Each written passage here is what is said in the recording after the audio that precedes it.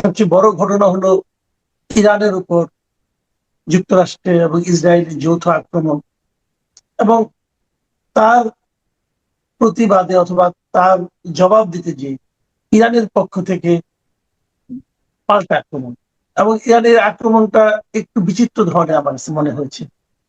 এটা হলো তারা ইসরায়েলের দিকে আক্রমণ করেছে, আবার পাশাপাশি মধ্যপ্রাচ্যের বিভিন্ন দেশে যেখানে যেখানে যুক্তরাষ্ট্রের সামরিক স্থাপনা আছে সেখানেও তারা আক্রমণ করেছে।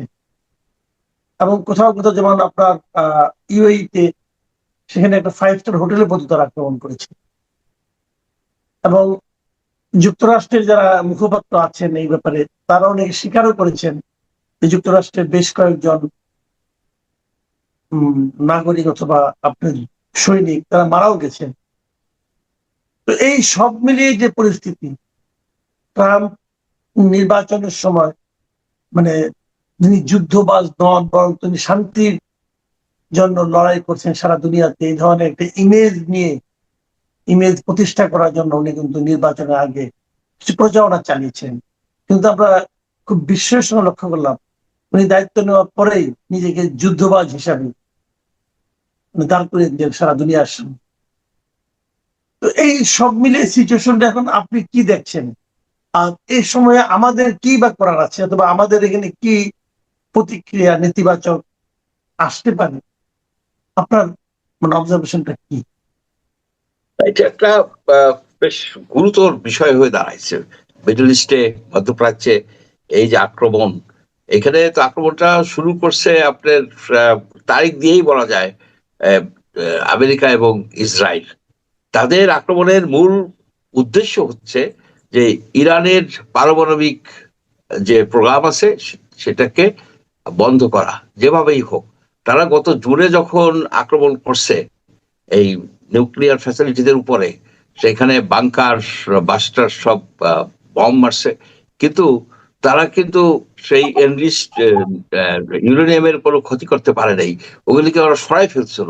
পরে দেখা গেছে আইআই এর অ্যানালাইসিসে দেখা গেছে যে ইরানের যে নিউক্লিয়ার ফ্যাসিলিটিদের কোনো ক্ষতি হয় নাই অ্যাকচুয়ালি। সেই জন্যই কিন্তু এই আক্রমণটা এখন আবার তারা করতেছে।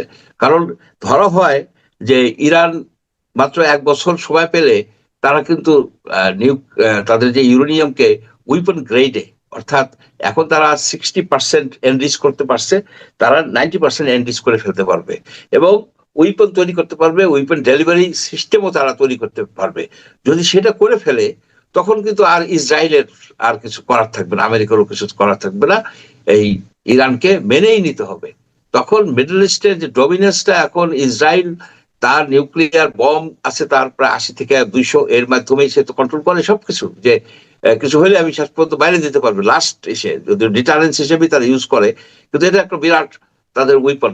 তখন মিডল ইস্টের কিন্তু দুইটাই দাঁড়াই করে, একদিকে ইসরায়েল আর একদিকে কিন্তু আপনার এই ইরান। এবং এই ইরানকে আক্রমণ করার জন্য আমরা সবসময় ইসরায়েল এবং আমেরিকাকে দোষারোপ করি, কিন্তু মিডল ইস্টের অন্যান্য কান্ট্রিও তো এগুলির সাথে জড়িত আছে, তাদের ঘাঁটি থেকেই তো আক্রমণ হয়, যদিও তারা বলে যে আমরা অ্যালাউ করি না। তো ইরান যেটা করছে যে ইরান এবার কিন্তু আক্রমণ করছে এই শুধু ইসরায়েলকে না, আমেরিকান সেই ঘাঁটিগুলিতে না, তারা কিন্তু সিভিলিয়ান ইনস্টলেশন গুলিতেও আক্রমণ করছে, এই ইউএইতে, কাতারে, আপনার ওমান, সব জায়গায় কিন্তু তারা এবার আক্রমণ করছে। হ্যাঁ, এটা একটা কারণ হিসেবে দেখা যায় যে এই সব জায়গায় আক্রমণ করার ফলে আমেরিকার উপরে, ইসরায়েলের উপরে প্রচন্ড চাপ হবে যে তুমি যুদ্ধ আর চালায় যেও না, তুমি এটাকে 2-1 সপ্তাহের মধ্যে শেষ করে দাও, 2-1 সপ্তাহের মধ্যে এটা তুমি 1-1.5 মাস পর্যন্ত লিঙ্গার করো না। 1-1.5 মাস পর্যন্ত লিঙ্গার করলে মিডল ইস্টে ব্যাপক অর্থনৈতিক ক্ষতি হবে, আর আমাদের যে বাংলাদেশের মতো ইকোনমিতে এটা একটা প্রচন্ড ইম্প্যাক্ট পড়বে। কারণ আপনি দেখেন আমরা কিন্তু এলএনজি নির্ভর হয়ে গেছি, আমরা কিন্তু প্রচুর এলএনজি আনি আমরা মূলত কাতার থেকে এবং ওমান থেকে। এগুলি স্ট্রেট অফ হরমুজ, এই যে গালফ অফ ওমান এবং আপনার গালফ অফ পার্সিয়ান গালফ, এই দুটার যে কানেক্টিং যে একটা ন্যারো জায়গা আছে সেটাকে বলা হয় স্টেট অফ হরমুজ বা হরমুজ প্রণালী। এটার ভিতর দিয়েই কিন্তু 80-90% এলএনজি আসে এবং আমাদের অনেক তেলও আসে। সারা বিশ্বের প্রায় 20-30% তেল এই স্টেট অফ হরমুজ দিয়ে যায়, চায়নার অনেক তেল যায়। সুতরাং স্টেট অফ হরমুজ এখন ব্লক আছে, খুব সম্ভব ব্লক করে ফেলছে বা ফেলার পথে ইরান। তাহলে আপনার কিন্তু একটা তেলের ঘাটতি হবে। সিএনজি, এই যে আমরা যে এই করি, এই এলএনজি ইউজ করি, আপনার যে ওই যে সিলিন্ডার এগুলির একটা বিশাল ক্রাইসিস না, হওয়ার মতো এখানে একটা কথা, আমি একটা কথা একটু জানতে চাই, কারণ অনেকে এই বিষয়টা ক্লিয়ার হবেন কিনা আমি জানি না। যে তেলবাহী জাহাজগুলো হরমুজ প্রণালী দিয়ে আসে, বিশেষ করে আমাদের এশিয়া অঞ্চলের যে তেল, যারা বড় বড় গ্রাহক আছে তারা তো ওইখান থেকে তেল আনে। এখানে আপনার ইন্ডিয়াও আছে, চীন আছে। এখন হরমুজ প্রণালী দিয়ে না এসে এটাকে অ্যাভয়েড, ঘোরা পথে আসা কি একেবারে অসম্ভব, নাকি সেক্ষেত্রে তেলের দাম বেড়ে যাবে? দাম একেবারে অসম্ভব না। আর ওদের তো পাইপলাইন আছে, সৌদি আরবের ভিতর দিয়েও পাইপলাইন আছে। সেই পাইপলাইন দিয়ে যদি আনতে যায় তাহলে তাদের টাইমও বেশি লাগবে এবং খরচও বেশি লাগবে, খরচও বেশি পড়বে।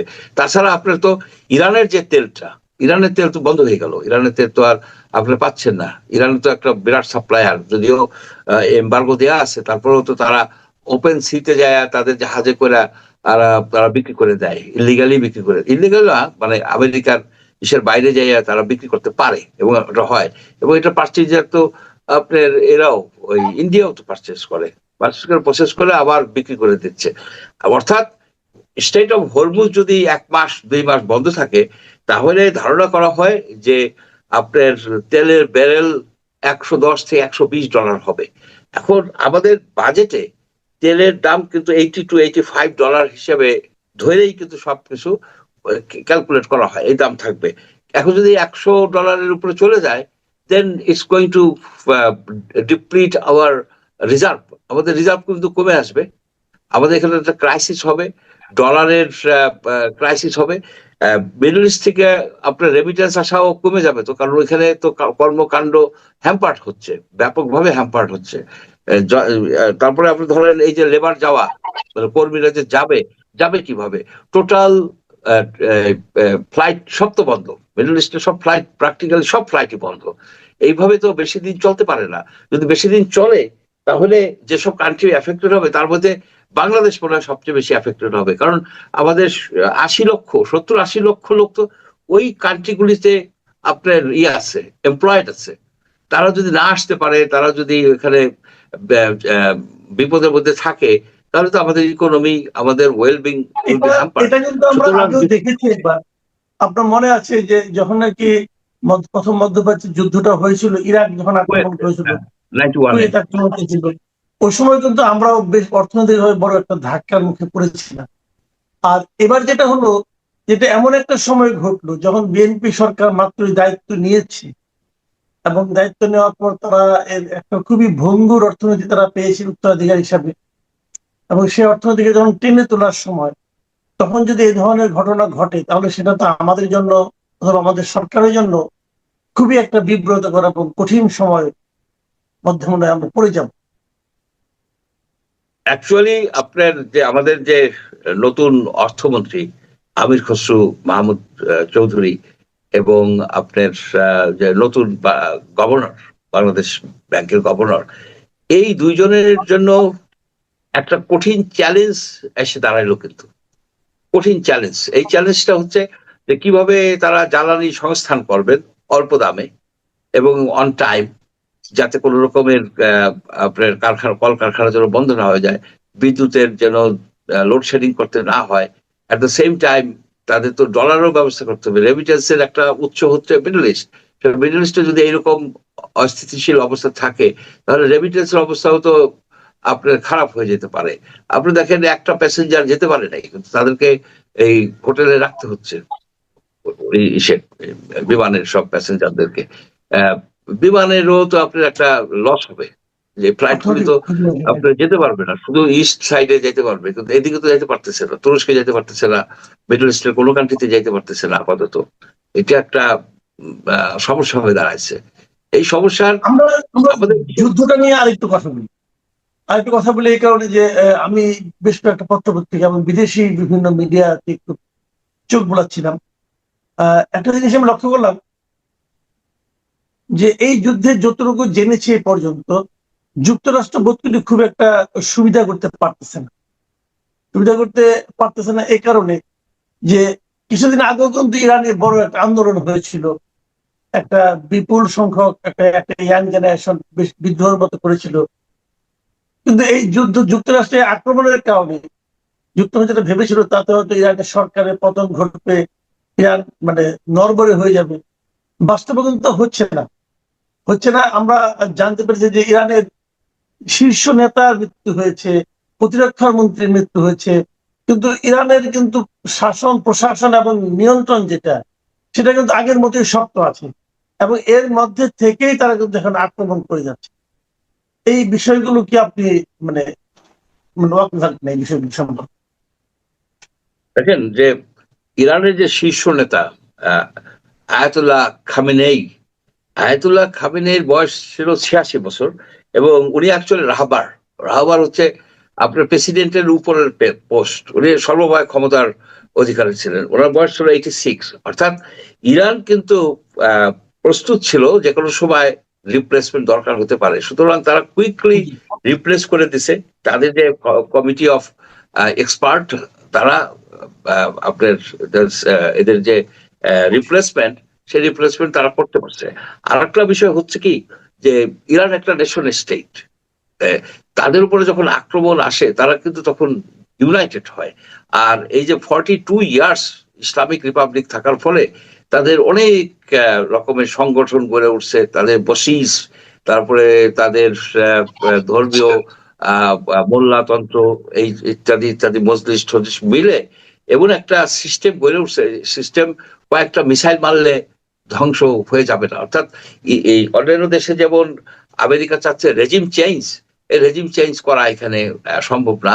যদিও একটা উল্লেখযোগ্য সংখ্যক ইরানিয়ান, তারা এই ইসলামিক এই এই রাজত্ব তারা চায় না, এই শাসন তারা চায় না, তারা মডার্ন শাসন চায়। এবং তারা কিন্তু ওপেনলি নাচ গানও করছে, ইরানের ভিতরেই তারা নাচ গান করছে এই আয়াতুল্লাহ খামেনেইর মৃত্যুতে।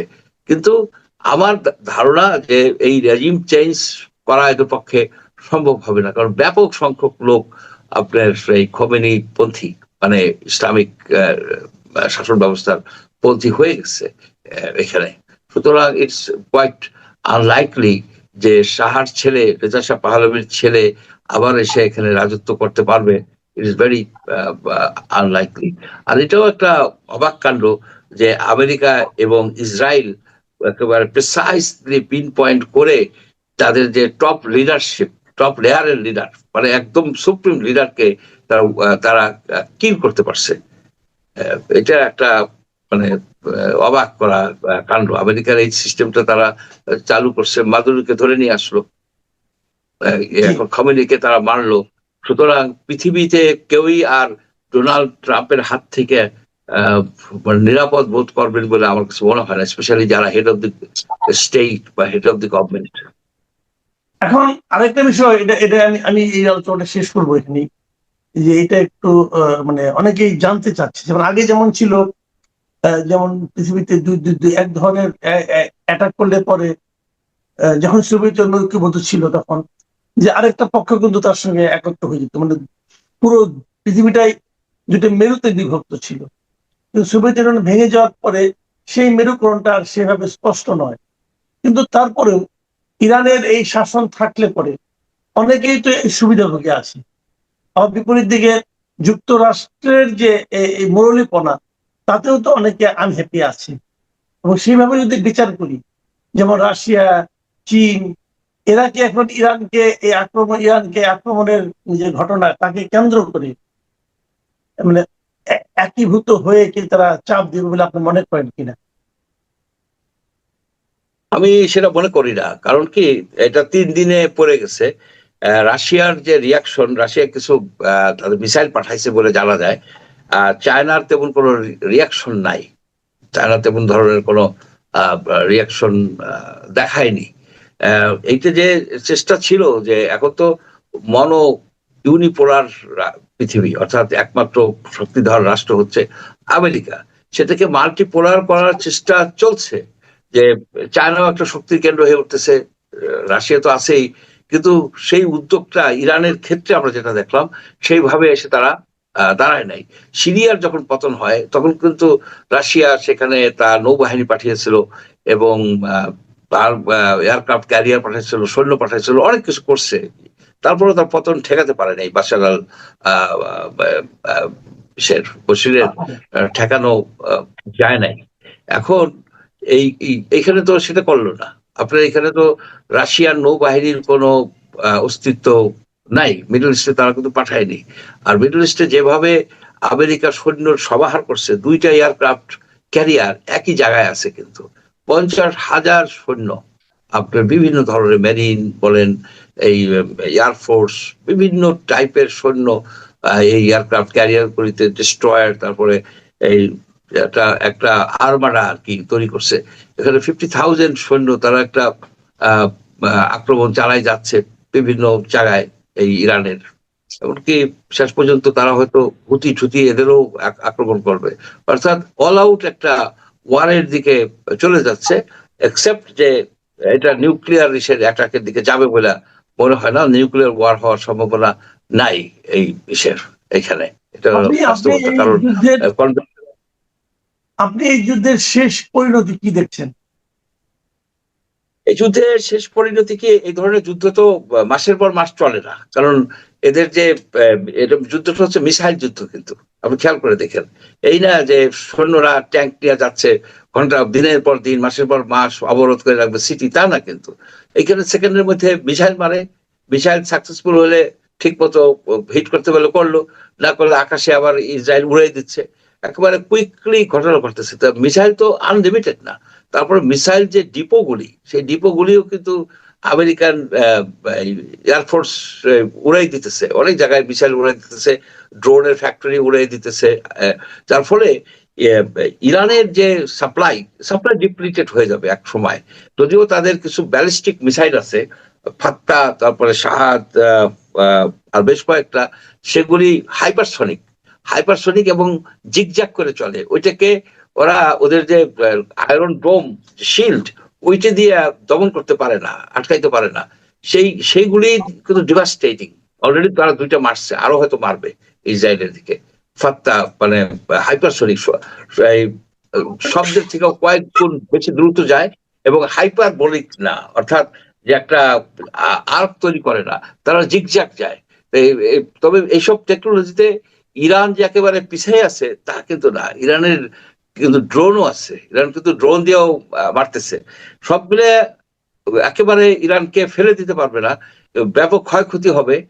তার থেকেও বেশি ক্ষয়ক্ষতি হবে, ইকোনমিক সাফার করবে এই আমাদের মতো কান্ট্রি। ইরান হয়তো তাদের তেল দিয়ে এটাকে আবার রিবিল্ড করে ফেলবে, এটা তাদের জন্য বিশাল কোনো ব্যাপার না। আপনার কাতার বলেন, সবাই কিন্তু রিবিল্ড করতে পারবে তাদের ইকোনমি।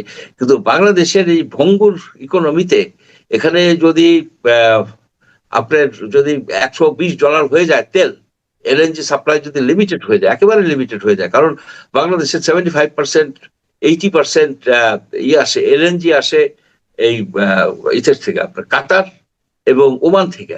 এই দুটাই হরমুজ, ওমানেরটা হরমুজ প্রণালীর কাছাকাছি, কিন্তু কাতারেরটা তো হরমুজ প্রণালী হয়ে আসতে হয়। এখন হরমুজ প্রণালী তো বন্ধ করে দিচ্ছে, তাহলে আসবে কিভাবে? আর আপনি হঠাৎ করে কোথা থেকে পাবেন? বাংলাদেশে প্রতি সপ্তাহে 2টা করে আসে, এই এলএনজি ট্যাঙ্কার আসে, প্রায় 100-150 এলএনজি বাহী, মানে বড় বড় যে ট্যাঙ্ক, সেটা আসা গ্যাসিফিকেশন যে স্টেশনে, সেখান থেকে গ্যাস হিসেবে তারা রিলিজ করে দেয়। তো এখন তো ইমিডিয়েটলি শর্ট হয়ে যাবে। আপনি সপ্তাহে 2টা আসে রাফলি, তাই যদি 2 সপ্তাহ না আসতে পারে, তাহলে তো আপনার একটা বড় ধরনের। আপনি কি এটাকে কেন্দ্র করে অনেকে বলছে যে একটা থার্ড ওয়ার্ল্ড ওয়ার হতে পারে, আপনি কি সেরকম কোনো আশঙ্কা দেখেন? আমি তেমন কোনো আশঙ্কা দেখি না। থার্ড ওয়ার্ল্ড ওয়ার হতে হলে চায়না এবং রাশিয়ার ইনভলভমেন্ট হতে হবে। রাশিয়া চায়না তো এই বিষয়ে তো তাদের কোনো ইনভলভমেন্ট নাই, সুতরাং থার্ড ওয়ার্ল্ড ওয়ার হওয়ার সম্ভাবনা নাই বললেই চলে। এমনকি ইউক্রেন নিয়েও থার্ড ওয়ার্ল্ড ওয়ার হবে না। থার্ড ওয়ার্ল্ড ওয়ার না হওয়ার অনেক সম্ভাবনা আছে। অনেকেই বলে ডুমসডে সেয়ার যারা, তারা ভাবে যে থার্ড ওয়ার্ল্ড ওয়ার হবে। এটার কারণ কি, এখন কমিউনিকেশন, এখন মানুষের ইন্টারেস্ট তো শুধুমাত্র ভূমি না, মানুষের ইন্টারেস্টে আপনার টেকনোলজি, মানুষের ইন্টারেস্ট সফটওয়্যার, মানুষের ইন্টারেস্ট হচ্ছে আপনার অ্যাক্সেস, স্যাটেলাইটের যে গতিপথ, ওইটার উপরে অ্যাক্সেস আছে কিনা, স্পেস। এই মানুষের যে চাহিদা, মানুষের যে ইন্টারেস্ট, সেটা মাল্টিপ্লাই ডাইভার্সিফাইড হয়ে গেছে। এটা আমরা তো যেটা মনে করি যে এই বুঝি আমাদের ত্রিপুরা দখল করতে হবে বা তারা আমাদের দিনাজপুর দখল করে নেবে, এই জিনিসটাই কিন্তু এই বিষয় না। এখন দেখেন না যে কারখানা নাই কিন্তু বিরাট কোম্পানির মালিক, ব্র্যান্ড, নিজস্ব কারখানা। আইফোনের নিজস্ব কোনো নাই, কারখানা নাই। ফক্সকম অন্য অন্য লোকের কারখানা দিয়ে তারা বানাই আনে, অথচ আইফোনের আপনার অ্যাপলের যে রিজার্ভ, সেই আমেরিকান রিজার্ভের থেকেও বেশি, প্রায় $1 ট্রিলিয়ন কাছাকাছি হয়ে গেছে। এটা হলো বাস্তবতা, পৃথিবী চেঞ্জ হয়ে গেছে। জনাব রাহাত মিনহাজ, আপনি নিশ্চয়ই খেয়াল করেছেন যে নতুন সরকার আসার পর বেশ কিছু ঘটনা আমরা দেখেছি, যার মধ্যে ভালো মন্দ দুটোই আছে। মানুষের মধ্যে এক ধরনের স্বস্তি আছে, আবার এক ধরনের আতঙ্ক আছে। সরকার প্রধানের কিছু কিছু কর্মকাণ্ড মানুষের মধ্যে এক ধরনের আশাবাদ তৈরি করেছে, আবার কিছু কিছু ক্ষেত্রে এক ধরনের সর্বগ্রাসী দলীয়করণের প্রবণতা আমরা দেখতে পেয়েছি। আমরা যদি সিটি 6টা সিটি কর্পোরেশনের প্রশাসক নিয়োগের কথা ধরি, সেখানে দলীয় লোককেই কিন্তু প্রশাসক হিসেবে নিয়োগ করা হয়েছে। আবার বাংলাদেশ ব্যাংকের ঘটনা ধরি, এটাও কিন্তু এক ধরনের, আমার কাছে মনে হয়েছে যে এইভাবে না করলেও কাজটা হয়তো হতো। আবার বিপরীত দিকে আমরা দেখেছি যে কৃষকদের 10,000 টাকা পর্যন্ত ঋণ মকুব করে দেওয়া হয়েছে, সুদ সমেত। এটা একটা খুবই ইতিবাচক দিক বলে আমার কাছে মনে হয়েছে। এরকম নানা ধরনের ঘটনা কিন্তু ঘটে চলেছে। আপনি সব মিলিয়ে যা দেখেছেন, আপনার প্রাথমিক মূল্যায়নটা কি এই সরকারের প্রথম কয়েকদিনের? প্রথমত দেখুন, আমি ব্যক্তিগতভাবে মনে করি যে এই সরকারটার আসলে সবচেয়ে বড় দায়িত্ব হচ্ছে দেশের, আমি বলবো ভেঙে পড়া বা অনেক ক্ষেত্রে অনিয়ন্ত্রিত আইন শৃঙ্খলা পরিস্থিতিকে নিয়ন্ত্রণ করা। আমার সবচেয়ে বড় কামনা হচ্ছে সেটা, যে আপনি আইন শৃঙ্খলা পরিস্থিতি যত দ্রুত সম্ভব আপনি কন্ট্রোলে নিয়ে আসুন, এবং যদি তার জন্য আপনাকে শক্তিও প্রয়োগ করতে হয়, আমি বলবো নিশ্চয়ই বাংলাদেশে অনেক সময় শক্তি প্রয়োগের ক্ষেত্রে নানা ধরনের ব্যাপার থাকে, শক্তি প্রয়োগ করতে বেশি হয়ে যায়। আমি তারপরেও বলবো যে জনাব তারেক রহমানের এই সরকার যদি বাংলাদেশের আইন শৃঙ্খলা পরিস্থিতির উপরে একটা নিরঙ্কুশ নিয়ন্ত্রণ প্রতিষ্ঠা করতে পারেন, সেটা হবে এই সরকারের জন্য সবচেয়ে বড় সাফল্য। এবং আমি ব্যক্তিগতভাবে মনে করি সেটাই তার প্রথম এবং প্রধান পদক্ষেপ হওয়া জরুরি ছিল, দরকার ছিল। কিন্তু দেখেন, আমি কিছু ছোটখাটো বিষয় দেখি আর কি, হ্যাঁ দেখি, সামাজিক যোগাযোগ মাধ্যম সয়লাভ হয়ে গেছে, এমনকি মূলধারার গণমাধ্যমেও সেই আলোচনা চলছে, যেগুলো আসলে আমাকে খুব ব্যথিত করে। যেমন ধরেন, তিনি কি বলা যায়, ছুটির দিনে শনিবারে অফিসে যাচ্ছেন, সকাল সকাল অফিসে যাচ্ছেন, পায়ে হেঁটে অফিস থেকে আরেকটা অফিসে যাচ্ছেন। আমি দেখি সেগুলো নিয়েই মাতামাতি চলছে, যেগুলো আসলে একেবারেই শুধুমাত্র জনতুষ্টিমূলক এবং প্রশংসামূলক আলোচনা। এইটা এর খুব সামান্য বিষয়, এটা কোনো বিষয়ই না। মূল কাজ তো রাষ্ট্রের শৃঙ্খলা বা রাষ্ট্রের জন্য দায়িত্ব পালন করা, যে দায়িত্বটি পালন করার জন্য বিএনপিকে বাংলাদেশের মানুষ একটা ক্রান্তিকালে বড় একটা দায়িত্ব দিয়েছে। তো আমি আসলে এই যে ছোটখাটো নানা বিষয় নিয়ে আপনার মাতামাতি, এই মাতামাতিতে আসলে সত্যি কথা বলতে আমি খুব একটা সন্তুষ্ট নই। আমি আসলে প্রকৃত কাজ দেখতে চাই। দেখেন, আমি আপনাকে ছোট্ট একটা কথা বলি, আমি যেটা খুব প্রত্যাশা করেছিলাম। আপনারা দেখবেন যে দৈনিক প্রথম আলোতে একটা ছবি ছেপেছিল উত্তরাতে, আপনারা জানেন যে ট্রাক সেলের আপনার সামান্য কম টাকায় আপনার খাবার নিতে যে একজন মহিলা কিভাবে পড়ে গেলেন রাস্তায়। এটা সামাজিক যোগাযোগ মাধ্যম মোটামুটি সয়লাভ ছিল। আমার কাছে মনে হয়েছিল, যেহেতু তারেক রহমান সাহেব বহু বিষয়ে আপনার সংবেদনশীল প্রতিক্রিয়া দেখাচ্ছেন, আমি ভেবেছিলাম তিনি হয়তো এই যে মানুষজন রমজানের মধ্যেও আপনার স্বল্প মূল্যে পণ্য পেতে ভয়ঙ্কর রকমের কষ্টের শিকার হচ্ছেন, রীতিমতো যুদ্ধ করছেন, আমি ভেবেছিলাম হয়তো এটা আলোচনায় আসার পরে উনি হয়তো দ্রুত এই বিষয়ে কোনো একটা পদক্ষেপ নেবেন, যে না, ঢাকা শহরে বহু মানুষ কষ্ট পাচ্ছে, যতটুকু সম্ভব, যা সম্ভব ঝাঁপিয়ে পড়ুন, এই মানুষগুলোকে রোজার মধ্যে কিছুটা স্বস্তি দেওয়ার চেষ্টা করুন।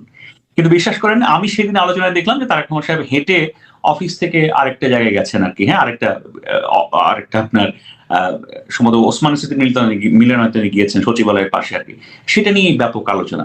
এই আলোচনাগুলো আসলে আমাকে খুব একটা স্বস্তি দেয় না। আমি সেটা কার্যকর পদক্ষেপ চাই। সেই কার্যকর পদক্ষেপের মধ্যে প্রথম হচ্ছে আইন শৃঙ্খলা, আর শেষে দ্বিতীয়ত হচ্ছে আপনার অর্থনীতিকে যত দ্রুত আপনার সক্রিয় করা যায়, যত দ্রুত আপনার মজবুত করা যায়, মানুষকে সুফল তো তাড়াতাড়ি পৌঁছে দেওয়া যায়, সেই কাজ করা। আবার এই কাজের মধ্যেই দেখুন, এটা আমি বিএনপির কাছ থেকে প্রত্যাশা করিনি যে বাংলাদেশ ব্যাংকের গভর্নর এই ভদ্রলোক, সম্মানীয় ভদ্রলোক, হ্যাঁ, আমার কাছে মনে হয় ডক্টর মোহাম্মদ ইউনূস সাহেবের সরকারের যে কয়জন মানুষ আসলে খুব কার্যকর এবং ক্রুশিয়াল ভূমিকা পালন করেছেন, এই ভদ্রলোক অন্যতম। তাকে এভাবে তো অপমান করার কোনো মানে হয় না, তাকে তো এভাবে অপদস্থ করার কোনো মানে হয় না। বিএনপি সংখ্যাগরিষ্ঠ দল, তারা সরকার গঠন করেছে, তারা একজন ব্যবসায়ীকে দায়িত্বে বসিয়েছেন, এটা হয়তো তাদের বিবেচনায় ভালো হতেও পারে, তিনি ভালো রোল প্লে করতেও পারেন, সেটা আমরা দেখতে চাই। কিন্তু যে ভদ্রলোককে আপনি এই জায়গা থেকে সরিয়ে দিলেন, সেই প্রক্রিয়াটা তো খুবই নগ্ন হলো, খুবই আপনার কি বলা যায়, অপমানজনক হলো, যেটা আমি আসলে এই সরকারের কাছ থেকে প্রত্যাশা করিনি। আর আপনার ইয়ের ব্যাপার যেটা বললেন আপনি, যে কি বলে 6টা সিটি কর্পোরেশনের যে বিষয়গুলো ছিল, প্রশাসক নিয়োগের ব্যাপারটা, এটা নিয়েও কিন্তু নানা ধরনের লোকে সমালোচনা করেছে যে এটা এই দলীয় লোককে এইভাবে নিয়োগ করার দরকারটা কি ছিল। কারণ দ্রুত নির্বাচন যদি দিয়ে দেয়, নির্বাচন দিলে আগের যারা প্রশাসক ছিল তারাই থাকতে পারত, তাই না? এটা নিয়ে কি বলবেন? না, দেখেন বিএনপি ক্ষমতায় আসার পরে আমার কাছে কিছু কিছু জায়গায় তাদের একটা সর্বগ্রাসী রূপ আমরা দেখতে পাচ্ছি। প্রথমত হচ্ছে তারা অনেক বড় একটা মন্ত্রিসভা গঠন করেছে, এটার দরকার ছিল না, নাম্বার ওয়ান। তারা অনেক বড় লম্বা একটা উপদেষ্টার তালিকা তারা তৈরি করেছেন, এটাও খুব একটা প্রয়োজনীয় বলে আমি মনে করি না, এখানে প্রচুর অর্থের অপচয়ের ব্যাপার আছে। আর এটা হচ্ছে আপনি সিটি কর্পোরেশনে এই ভদ্রলোকগুলোকে আপনি পতায়ন করলেন, দায়িত্ব দিলেন, এটা তো গণতান্ত্রিক চর্চার সাথে বা গণতান্ত্রিক আপনার নর্মসের সাথে যায় না। আপনি যে উন্নত গণতান্ত্রিক সংস্কৃতির কথা বলছেন, তার সাথে এই দায়িত্বটা দেয়া যায় না। আপনি দলীয় লোকদের, আপনার ক্ষমতা আছে, আপনি বসিয়ে দিচ্ছেন। আপনার তো চিন্তা করতে হবে যে এটা নিয়ে আসলে মানুষ কি ভাবছে। দেখেন, আমি আপনাকে একটা কথা বলি, আপনি যখন সব কিছুকে কুক্ষিগত করেন, সব কিছুকে নিজের করেন, হ্যাঁ, তখন কিন্তু আপনার পড়ে যাওয়ার, ফল করার সম্ভাবনা বেশি থাকে, যেটা আপনার শেখ হাসিনার সরকারের ক্ষেত্রে আমরা দেখেছিলাম। তিনি কিন্তু সব কিছু দখল করেছিলেন। তিনি ইলেকশন ইঞ্জিনিয়ারিং করে আপনার ভোট করেছেন, সেই ভোটও তার দলকে পেতে হয়েছে 290টার বেশি। তিনি কিন্তু 30টা 20টা 50টাও ছাড়েননি, সেখানে ছাড়তেও তার কার্পণ্য ছিল। সবকিছুকে তিনি গণধকরণ বা সবকিছুকে নিজের কন্ট্রোলে নিয়ে আসতে চেয়েছিলেন। গণতান্ত্রিক সংস্কৃতিতে, গণতান্ত্রিক রাষ্ট্র ব্যবস্থায়, হ্যাঁ আপনি ক্ষমতাসীন, তারপরও আপনি যখন সবকিছুকে আসলে গ্রাস করতে চান, সবকিছুকে নিজের অধীনস্থ করতে চান, সবকিছুকে আপনি নিজের কুক্ষিগত করতে চান, এটা কিন্তু আসলে ভালো কোনো আপনার সাইন না, এটা কোনো ভালো কোনো আপনার চর্চা নয়। আমার ধারণা এই চর্চার কারণে বিএনপি কে হয়তো খুব দ্রুত ক্ষতির শিকার হলেও হতে পারে। এখন অন্তর্বর্তীকালীন সরকার চলে গেছে, চলে যাওয়ার পর নতুন সরকার আসার পর আমরা দেখছি যে তাদের বিভিন্ন কর্মকাণ্ড নিয়ে বেশ আলোচনা হচ্ছে। এরই মধ্যে আমরা জেনেছি যে দুর্নীতি দমন কমিশনের কাছে উপদেষ্টাদের দুর্নীতি নিয়ে ব্যাপক সংখ্যক, বিপুল সংখ্যক অভিযোগ অনেক জমা পড়েছে। আমাদের বেশ কিছু অভিযোগ আছে, একদম নিজে অভিযোগকারী নিজের নাম ঠিকানা প্রকাশ করে অভিযোগ করেছেন, এবং দুদকের একজন কর্মকর্তা বলেছেন যে এত বিপুল সংখ্যক, এই হারে অভিযোগ তার অতীতে কখনো পাননি, এত বেশি।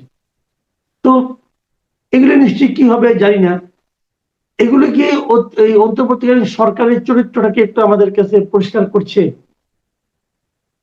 দেখেন, গত অন্তর্বর্তী সরকার ছিল হচ্ছে আপনার NGO interim government, led by NGOs, supported by NGOs. এবং এই সরকার আমাকে ওয়েস্টার্ন ডেমোক্রেসির নানা আপনার সুফলের স্বপ্ন দেখিয়ে নিজেরা আচরণ করেছে হচ্ছে আংশিক ফ্যাসিস্টের মতো। আমরা তো ধরেন শেখ হাসিনা আপনার 16 বছর ক্ষমতায় ছিলেন, তাকে আমরা ফ্যাসিস্ট বলে বলে অভ্যস্ত। কিন্তু ফ্যাসিজমের আপনি যদি টেক্সট বুক আপনি সংজ্ঞায় যান, তার মধ্যে অন্যতম একটা বড় বিষয় থাকে হচ্ছে একনায়কতন্ত্র। আপনি হিসাব করে দেখেন, খেয়াল করে দেখেন, ডক্টর মোহাম্মদ ইউনূস যিনি মাত্র 18 মাস ক্ষমতায় ছিলেন, তার চাইতে বড় একনায়ক স্বৈর শাসক বাংলাদেশের দ্বিতীয়টা ছিল কিনা আমার সন্দেহ আছে। আপনি খালি একটা জিনিস দেখেন, ভদ্রলোক কয়েকটা বিদেশ সফরে গিয়েছেন, এই মাত্র 18 মাসের মধ্যে। তার মধ্যে বেশিরভাগই হচ্ছে নিজের স্বার্থের বিদেশ সফর, যেখানে রাষ্ট্রের কোনো কিছু নেই, রাষ্ট্রের টাকা অপচয় করেছেন। আবার এসে রাষ্ট্রীয় কাঠামোতে রাষ্ট্রপতির কাছে তাতে যাওয়া প্রয়োজন, সেটা তিনি যাওয়ার প্রয়োজন বোধ করেননি। তিনি বহু কাজ করেছেন যে কাজের সাথে আপনার গণতান্ত্রিক নর্মস, রাষ্ট্রের রীতিনীতির কোনো সম্পর্ক ছিল না। তিনি সরকারটাকে বানিয়ে ফেলেছেন হচ্ছে চট্টগ্রাম কেন্দ্রিক সরকার। এই সরকারের বিভিন্ন পদে তিনি তার আপন লোকজনদেরকে বসিয়েছেন, গ্রামীণ ব্যাংকের লোকজনকে তো বসিয়েছেন। এটা কোনো সরকারের চরিত্র হতে পারে? এটা কোনো অন্তর্বর্তীকালীন সরকারের আপনার কাজকর্ম হতে পারে? সেই কাজ তো তারা করেছেনই। সেকেন্ড আরেকটা কথা আমি আপনাকে বলি, দুর্নীতি দেখুন, দুর্নীতি শেখ হাসিনা তো ক্ষমতা থেকে চলে গেছে প্রায় 2 বছর আর কি। হ্যাঁ, তো খেয়াল করে দেখেন তো টিআইবির সূচকে আমরা কি এখন সুইজারল্যান্ড হয়ে গেছি? দুর্নীতি কি সমাজ থেকে কমেছে? কমেনি।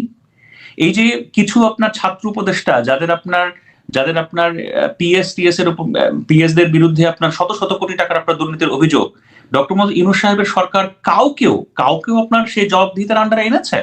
আনেনি। আরেকটা কথা আমি আপনাদের খুব স্পষ্ট করে বলি, যে আলোচনাটা বিভিন্ন জায়গায় চলছে।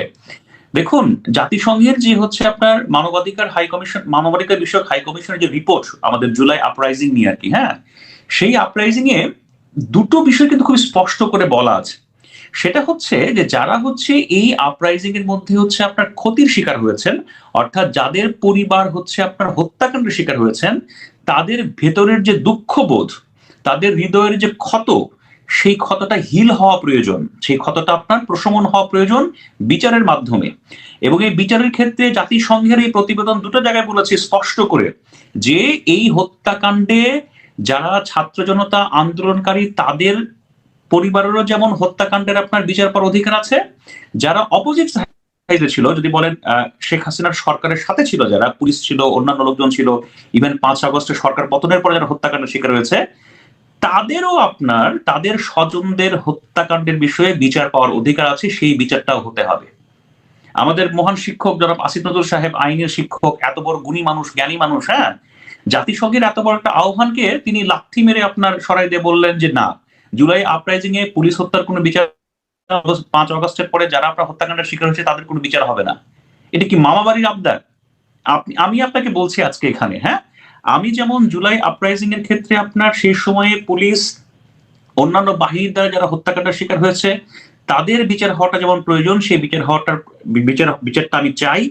একই সাথে সে সময়ে পুলিশদেরকে যেভাবে হত্যা করা হয়েছে, 5 আগস্টের পরে বিভিন্ন দলের নেতাকর্মীরা যেভাবে হত্যাকাণ্ডের শিকার হয়েছেন, তাদের হত্যারও তদন্ত এবং বিচার হওয়া প্রয়োজন।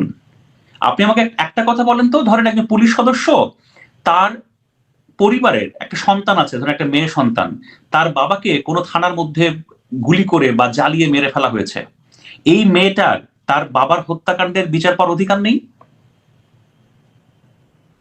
অবশ্যই আছে।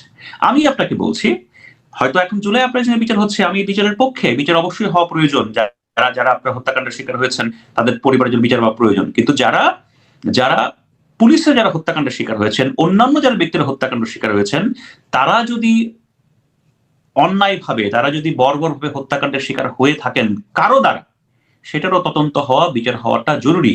এটা আমার কথা নয়, এটা হচ্ছে জাতিসংঘের কথা। তো এই সরকার তো, অন্তর্বর্তী সরকার তো সেই পথে হাঁটেনি। বিএনপি সরকার হাঁটবে কিনা জানি না, কিন্তু আমি জানি 20 বছর পরে হলো কোনো না কোনো সরকার, এই যে যারা আপনার এখন, তখন যে আপনার হত্যাকাণ্ডের শিকার হয়েছে, যারা এখন বিচার করা যাচ্ছে না বা বিচার আপনারা করছেন না, তদন্তও করছেন না, সেটা কোনো না কোনো সময় হবেই বাংলাদেশে। এটা আপনি ঠেকাতে পারবেন না। এই পুলিশ হত্যার বিচার না হওয়া নিয়ে যে ইন্ডেমনিটি দেওয়া হয়েছে, এটা আগামী সংসদে হয়তো ভাগ্য নির্ধারিত হবে। কিন্তু আমরা এটাও জেনেছি যে অন্তর্বর্তীকালীন সরকার যে 133টা অধ্যাদেশ করেছিল, তার মধ্যে অনেক কোটি নাকি আগামী সংসদে বিএনপি সংসদে তুলবেই না। কিন্তু না তোলা মানে সেগুলো বাতিল হয়ে যাওয়া, এবং এই বাতিল হয়ে যাওয়া অধ্যাদেশ, তার মানে যেগুলোকে বিএনপি অথবা সংসদ প্রয়োজনীয় বলে মনে করলো না, সেই সমস্ত অধ্যাদেশ যারা, যদি কোনো মানুষ ক্ষতিগ্রস্ত হয়ে থাকে, তারা কি বিচার পাওয়ার অধিকার রাখে না? আমি আসলে আইনের শিক্ষক নই, বা আইন আমি কম জানি, কিন্তু আমি শুধু আপনাকে একটা কথা বলি আর কি, হ্যাঁ, রাষ্ট্রযন্ত্রে যখন কেউ আপনার কোনো অপরাধের শিকার হয়, হ্যাঁ, আমার জানা মতে, আমার জানা তথ্য মতে, সেই অপরাধের বিষয়টা তামাদি হয়ে যায় না, শেষ হয়ে যায় না। এই বিচার প্রক্রিয়া 10 বছর 20 বছর পরেও হতে পারে। আর আমি বিএনপি সরকারকে একটা ধন্যবাদ দিই। আমার কাছে মনে হয় অধ্যাপক আলী রিয়াজ আমাদেরই শিক্ষক, আমাদের বিভাগের শিক্ষক ছিলেন। হ্যাঁ, আমি শুধু একটা কথা বলি, এই ভদ্রলোক এবং জনাব আসিফ নজরুল থেকে শুরু করে আরো কিছু আপনার লোকজন যারা আপনার অন্তর্বর্তী সরকার ছিলেন, তারা না বাংলাদেশের রাষ্ট্রযন্ত্রটাকে প্যাঁচ লাগাতে চেয়েছিলেন।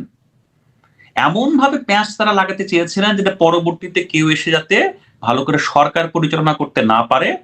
আর তারা যেটা করতে চেয়েছিলেন সেটা হচ্ছে এই এনজিও এলিটদের আধিপত্য যাতে সদা বিরাজমান থাকে।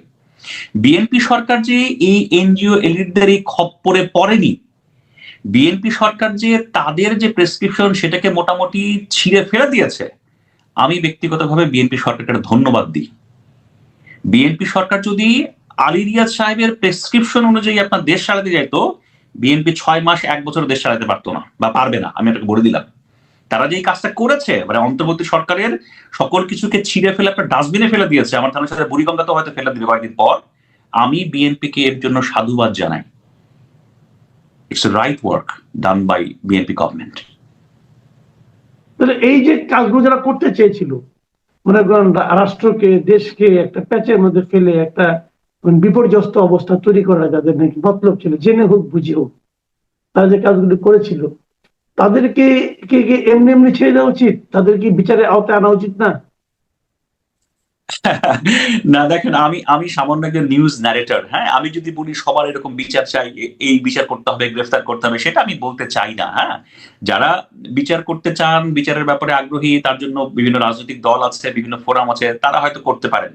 তো আমি শুধু একটা কথা বলি অ্যাজ এ অবজারভার হিসেবে, পর্যবেক্ষক হিসেবে আর কি। হ্যাঁ, দেখেন, আমি খুব ক্লোজলি খেয়াল করেছি, হ্যাঁ, যে এই সরকারের একটা ভয়ঙ্কর রকমের আপনার মগজের মধ্যে আপনার আপনার পরিকল্পনা ছিল যে ক্ষমতা কিভাবে দীর্ঘায়িত করা যায় এবং মানুষকে কিভাবে আপনার আফিমের নেশায় বুঁদ রেখে ক্ষমতাটাকে আপনার এনজয় করা যায়। আপনার খেয়াল করে দেখেন, অন্তর্বর্তী সরকারের একটা বড় একটা লক্ষ্য ছিল, এরা মনে হয় কালকে আপনার ভারতের সাথে যুদ্ধ লেগে দিবে। ভাবখানা এমন যে কালকে আমরা যুদ্ধে চলে যাব ভারতের বিরুদ্ধে আর কি। এই যে আসিফ নজরুল সাহেব আপনার ক্রীড়া উপদেষ্টা ছিলেন আর কি, হ্যাঁ, বাংলাদেশের ক্রিকেটটাকে ধ্বংস করার জন্য সকল আয়োজন করে দেখলেন, বিশ্বকাপে গেলেন না। কি হয়েছে? বাংলাদেশের কি লাভ হয়েছে? বাংলাদেশের ক্রিকেটাররা হতাশায় অলমোস্ট আপনার অনেকের আপনার জীবন যায় অবস্থা আর কি। ক্রিকেটটাকে ধ্বংস করে শুধুমাত্র আপনার ভারত বিরোধিতার আপনার ধোঁয়া তুলে আর কি। এই কাজগুলো এই সরকারটা করেছে। এর অন্যতম একটা বড় লক্ষ্য ছিল যে এই জিগিরগুলো আপনাকে আমাকে বা সমাজে হচ্ছে আপনার এগুলো আপনার চালিয়ে রেখে, ব্যস্ত রেখে নিজেদের ক্ষমতাকে নিরঙ্কুশ করা। আপনি দেখেন, ওনারা যে সংস্কারের নামে যে নাটকটা করলেন, যে নাটকগুলো চললো, হ্যাঁ, এই সংস্কার কে বাস্তবায়ন করবে? পলিটিক্যাল পার্টি না? আপনি যখন পলিটিক্যাল পার্টিকে আস্থায় না নিয়ে একের পর এক চাপিয়ে দিয়েছেন, কেউ বলছেন না যে আগামীতে এইভাবে দেশ চলবে, আগামীতে এইভাবে দেশ চলবে না, এটা ছাড়া দেশ চলবে না, এটা ছাড়া এই হবে না, সে হবে না। সেই ভয়েসগুলো এখন কোথায়? সেই লোকগুলো এখন কই? আমাকে দেখান সেই লোকগুলো এখন কোথায়? জি, তারা একটা প্যাঁচ লাগানোর চেষ্টা করছে। অনেক ধন্যবাদ জনাব রাহাত মিনহাজ। প্রিয় দর্শক, আমি 30 সেকেন্ড সময় চেয়ে নিই আর কি। 30 সেকেন্ড। হ্যাঁ, জি, আমি একজন সামান্য পর্যবেক্ষক বলতে পারেন। আমি একটু পড়াশোনা করি, আপনার সাথে আলাপ করি, আমার ভালো লাগে, আমার মতামত শেয়ার করি। আমি একটা ছোট্ট কথা বলি, গত পর্বে আপনার সাথে আলাপ করেছিলাম, সেখানে আমরা বাংলাদেশের রাষ্ট্রযন্ত্রে ক্ষমতা হস্তান্তর নিয়ে আমরা একটা আলাপ করেছিলাম। সেখানে একটা তথ্য বলতে আমি আসলে ভুলে গেছিলাম, যেটা দেখে অনেকেই আমার শ্রোতা দর্শক নিচে লিখেছেন আর কি। সেখানে একটা আলোচনা হয়েছিল যে 2001 সালের ক্ষমতা হস্তান্তর কিভাবে হয়েছিল। হ্যাঁ, 1996 সালে আপনার অফিসিয়ালি তত্ত্বাবধায়ক সরকার প্রতিষ্ঠা হয়েছিল, এই তত্ত্বাবধায়ক সরকারের মাধ্যমে নির্বাচন হয়ে আপনার আওয়ামী লীগ সরকার ক্ষমতায় আসে। বা 2001 সালেও তত্ত্বাবধায়ক সরকারের অধীনেই আপনার নির্বাচন হন। তার আগে প্রধানমন্ত্রী ছিলেন শেখ হাসিনা, এবং সেই ক্ষমতা হস্তান্তরটা আসলে শান্তিপূর্ণভাবে হয়। অর্থাৎ এটা 2001 সালের নির্বাচন মানে 8ম জাতীয় সংসদ নির্বাচন ছিল, আমি যদি ভুল না বলে থাকি। সেই ক্ষমতা হস্তান্তরটা আপনার শান্তিপূর্ণভাবে হয়েছিল, এবং এই ক্রেডিটটা তখনকার আওয়ামী লীগ সরকার এবং শেখ হাসিনাকে দিতে হবে। হ্যাঁ, আপনি শেখ হাসিনাকে 2009 থেকে 2025-এর শাসন ব্যবস্থার নানা অনিয়মের জন্য যদি তাকে আপনি সমালোচনা করেন,